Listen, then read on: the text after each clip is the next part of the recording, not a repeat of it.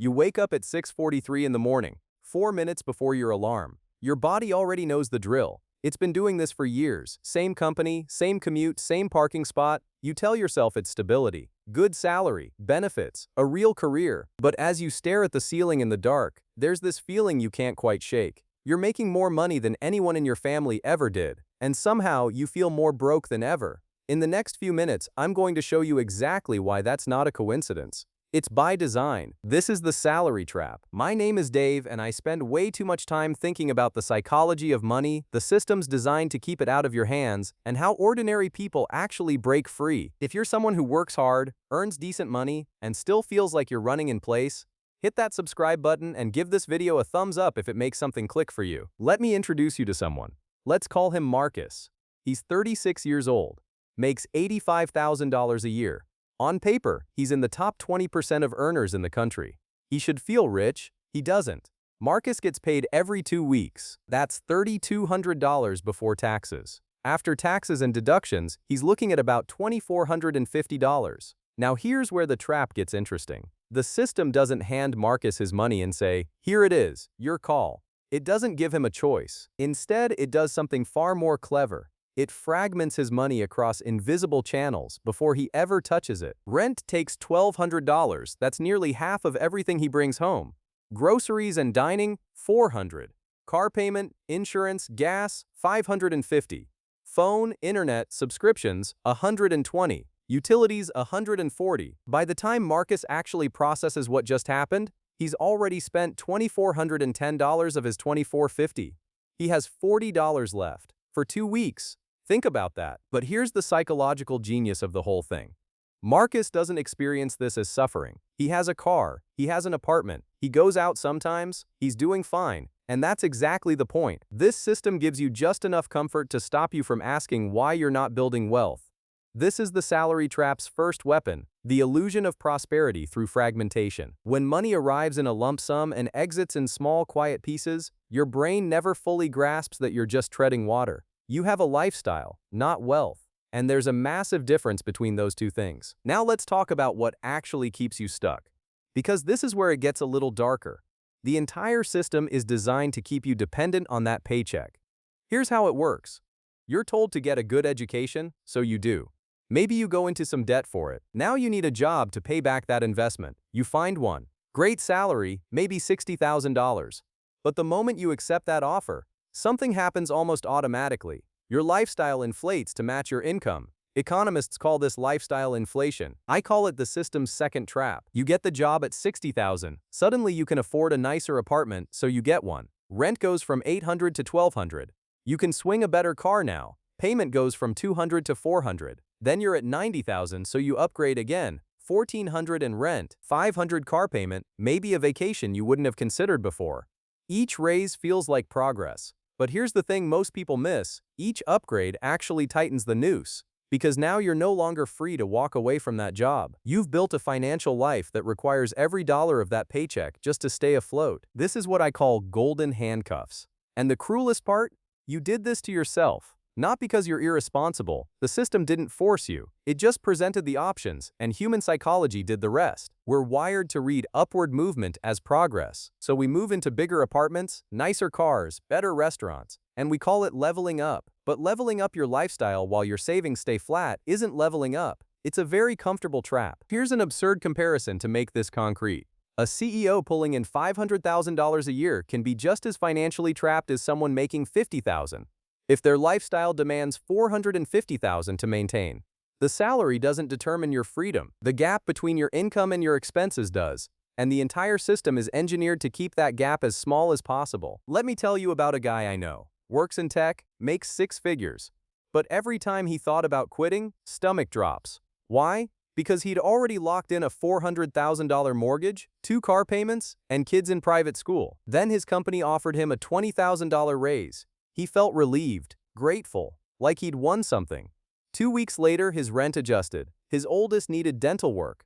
The older car was bleeding him in repairs, so he leased a new one. And just like that, his financial stress didn't go down. It stayed exactly the same. That's the system's most insidious trick. You're not building wealth with your salary increases. You're just increasing your obligations faster than your income grows. And the crazy part is, this isn't just an individual problem. Research shows the person making $30,000 a year and the person making $300,000 often report similar levels of financial stress. Same stress, different zip codes, because the system is engineered so that your required expenses always catch up to your income. Always. And when you're living paycheck to paycheck, even a substantial one, you become predictable, controllable. You need that job. You can't take risks, can't start something, can't invest in your own ideas. Because all your money is already promised to someone else. Your landlord, your bank, the car company. They all benefit from your trapped state. You're a guaranteed revenue stream. The system doesn't need you to be broke. It just needs you to need that paycheck. Now I want you to imagine something. Imagine you quit your job tomorrow. Just walked out. How many months could you actually survive on what you have right now? Be honest. If your answer is less than 3 months, you are trapped, and you're not alone. Over 60% of working professionals couldn't sustain their lifestyle for more than 1 month without a paycheck.